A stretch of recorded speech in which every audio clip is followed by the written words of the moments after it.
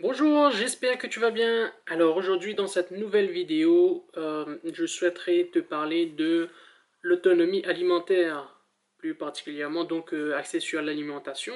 Est-ce que c'est une utopie?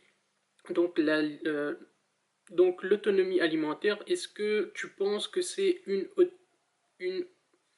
donc, l'autonomie alimentaire, est-ce que tu penses que c'est une utopie? Si tu le penses, tu peux le mettre dans les commentaires, oui ou non, m'exposer ton avis. Donc, si pour toi pourquoi pas, si toi tu l'as déjà testé, si tu as déjà pensé, et si oui, pourquoi pas à quel stade tu en es. Et voilà. Donc n'hésite pas à me laisser un petit commentaire sur ce sujet. Alors, dans cette vidéo, je souhaiterais t'exposer donc notre vision par rapport à l'autonomie alimentaire. Donc, nous, comme je te dé- je te dé- nous, comme je te l'ai déjà expliqué dans les autres vidéos, nous on tend sur l'autonomie dans différents domaines et donc plus en particulier sur l'alimentation qu'on a déjà commencé et ça demande quand même un gros travail sur soi-même et beaucoup d'organisation.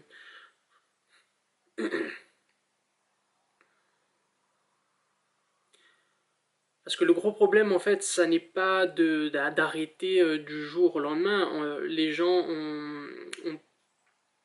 souvent se font l'idée que l'autonomie alimentaire c'est une utopie parce que on peut pas le faire. Il faudrait de l'eau, il faut l'électricité, il faudrait retourner à l'homme des cavernes avec des silex, aller chasser ses propres gibiers, cueillir ses petites baies et manger des herbes. Non, c'est pas ça. En fait, dans le monde actuel où on vit, on a tellement de choses autour de nous qu'on ne peut plus faire la distinction entre les bonnes et les mauvaises choses.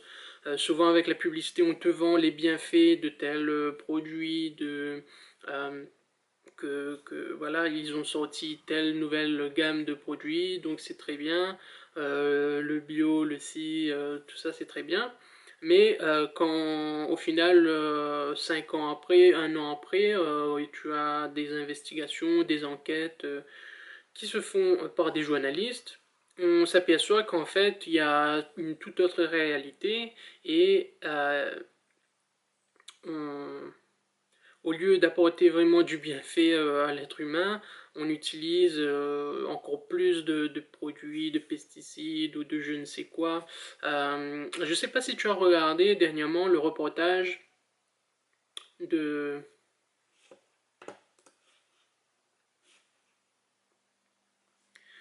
d'envoyé spécial sur Alerte aux faux aliments qui est apparu le 13 septembre 2018. Donc je te mettrai le lien en description. Si tu n'as pas encore vu ce reportage, je t'invite à le voir parce que c'est très intéressant. Car dans beaucoup d'aliments, car dans beaucoup d'aliments enfin nous on le consomme plus, mais la plupart des gens consomment, les enfants, un peu tout le monde. C'est des plats ultra transformés, tout ce qui dit barres de céréales, les barquettes de légumes sautés, etc. etc. Et c'est une toute autre réalité parce qu'en fait, ils ont des usines où ils vont prendre une matière première qui est par exemple des petits pois. Tu vois, ça peut être d'autres types de légumes ou de viande ou je ne sais quoi, mais une matière première, dans une grosse usine, ils vont la transformer, c'est-à-dire séparer euh, en plein de nutriments, c'est-à-dire euh,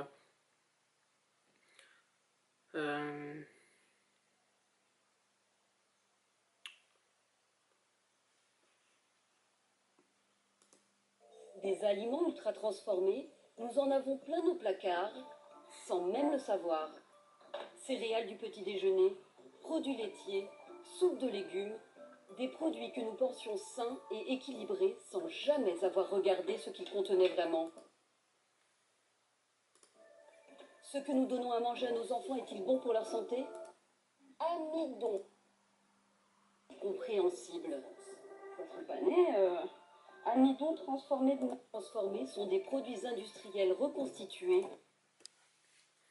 Alors par exemple, l'amidon, tu as d'autres plein de sous-produits comme ça qu'ils arrivent à casser, donc à séparer dans un composant à la base. Et donc ils vont ensuite le faire à grande échelle, en grande quantité.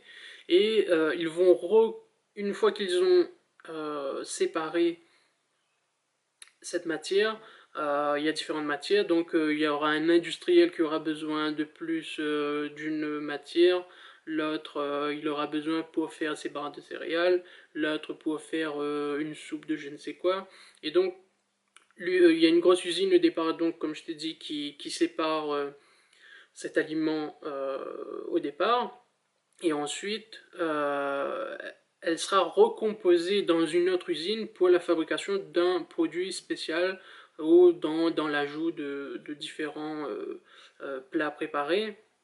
Mais tu peux comprendre que en fait, une fois qu'ils ont séparé cet élément pour pouvoir le remettre pour reconstituer, pour en faire quelque chose de nouveau, mais tu peux comprendre que c'est pas très frais, tu vois, c'est pas très sain au final pour la santé, parce que qu'est-ce qui est bon pour la santé, c'est de manger quelque chose qui est vivant, qui est frais, qui a vraiment des nutriments à l'intérieur. Et donc le fait d'amener en usine, de les casser, de les séparer, de les concentrer, de les mettre à iode pour pouvoir les reconstituer avec d'autres molécules pour en faire quelque chose de nouveau, tu vois que c'est quand même assez artificiel. Et donc, il y a eu une alerte là-dessus par rapport que il y aurait des alertes au niveau cancer. Donc, c'est quand même assez dangereux apparemment parce que ben voilà, c'est pas très frais ce qu'ils font et c'est très industriel au final, et ça ne bénéficie pas à la fin au consommateur. C'est vrai qu'on gagne du temps parce que voilà, c'est très simple, on met au micro-ondes, on chauffe pendant 2 minutes, et voilà, on a notre plat, on mange, on est devant la télé, mais au final, est-ce que tu penses vraiment que c'est une bonne chose pour ta santé?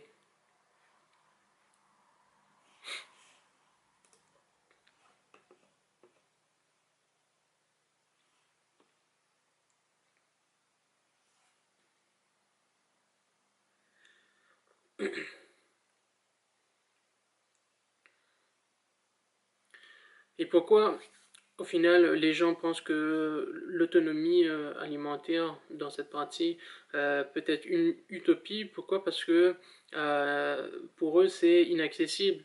Mais nous, dans notre cas, on tend vers cette autonomie, mais pas de se passer totalement de tout produit. Par exemple, tu vois, de la farine ou du sucre, c'est bon, on peut en acheter parce que c'est pas quelque chose d'ultra transformé qui au final n'est pas bénéfique pour la santé. Tu vois, du sucre, ça reste du sucre. La farine, ça reste de la farine. Mais quand tu prends une barre de céréales ou un plat préparé, c'est complètement différent. Tu vas avoir les œufs, tous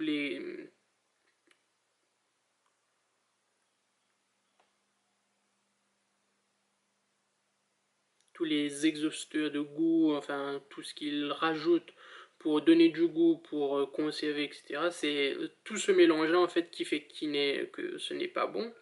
Et nous, dans notre cas, nous, on veut tendre vers l'autonomie, c'est-à-dire de produire assez pour pouvoir se passer vraiment de tous ces produits transformés, ultra transformés, et d'acheter uniquement de la base, c'est-à-dire par exemple pour faire une pizza, au lieu d'acheter une pizza, moi j'achète ma propre farine et je mets mes propres ingrédients, c'est-à-dire si j'ai du poivron, c'est vrai que le fromage je n'en produis pas encore, mais pourquoi pas dans l'avenir, on verra bien. Et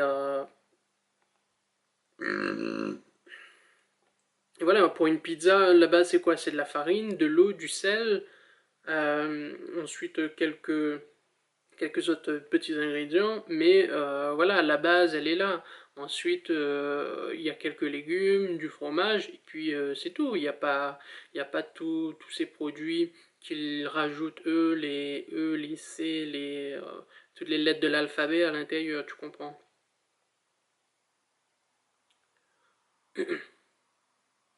Et en fait, tu comprends que au final, le vrai problème, c'est pas tant c'est pas tant de se passer totalement de d'acheter, mais ça demande une réorganisation complète de ta façon de fonctionner en fait. De comprendre que si tu achètes des produits frais ou sinon tu les produis par toi-même, tu vas pouvoir en bénéficier pendant un certain moment. Si tu produis régulièrement, tu en as plus souvent. Plus tu vas produire, plus tu auras à consommer pour toi, donc ça sera plus bénéfique pour toi. Et le vrai problème là-dedans, c'est euh, que souvent les gens ne cuisinent plus parce qu'ils croient que voilà, ça va prendre trop de temps, alors que c'est totalement l'inverse. La façon de faire tes courses, au lieu d'aller au supermarché, auparavant, on partait deux, trois fois au supermarché par semaine parce que voilà, on n'avait pas d'organisation. Maintenant, on est très cadré là-dessus, donc on a une organisation qui fait qu'on va une seule fois au supermarché et on n'achète plus tout ce qu'on achetait auparavant également. Donc au niveau de l'organisation, comme je t'ai dit aussi, donc ça demande une vraie organisation. C'est juste du bon sens, hein. Une fois que l'organisation elle est mise en place chez toi, tout roule par la suite, tu sais.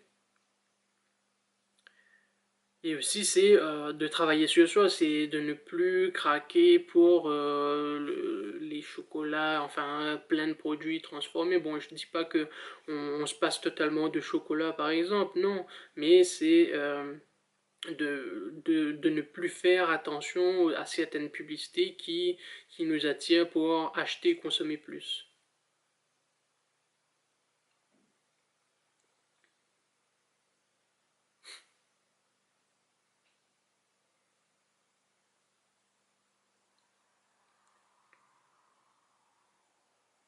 Voilà, donc c'est une première partie sur l'autonomie alimentaire. Il y en aura encore d'autres parce que il n'y a pas que cette façon que je t'ai déroulé au niveau argumentaire. Il y a encore plein de choses à voir, c'est-à-dire je pourrais te présenter des exemples de familles qui arrivent à l'autonomie alimentaire sur une très petite surface.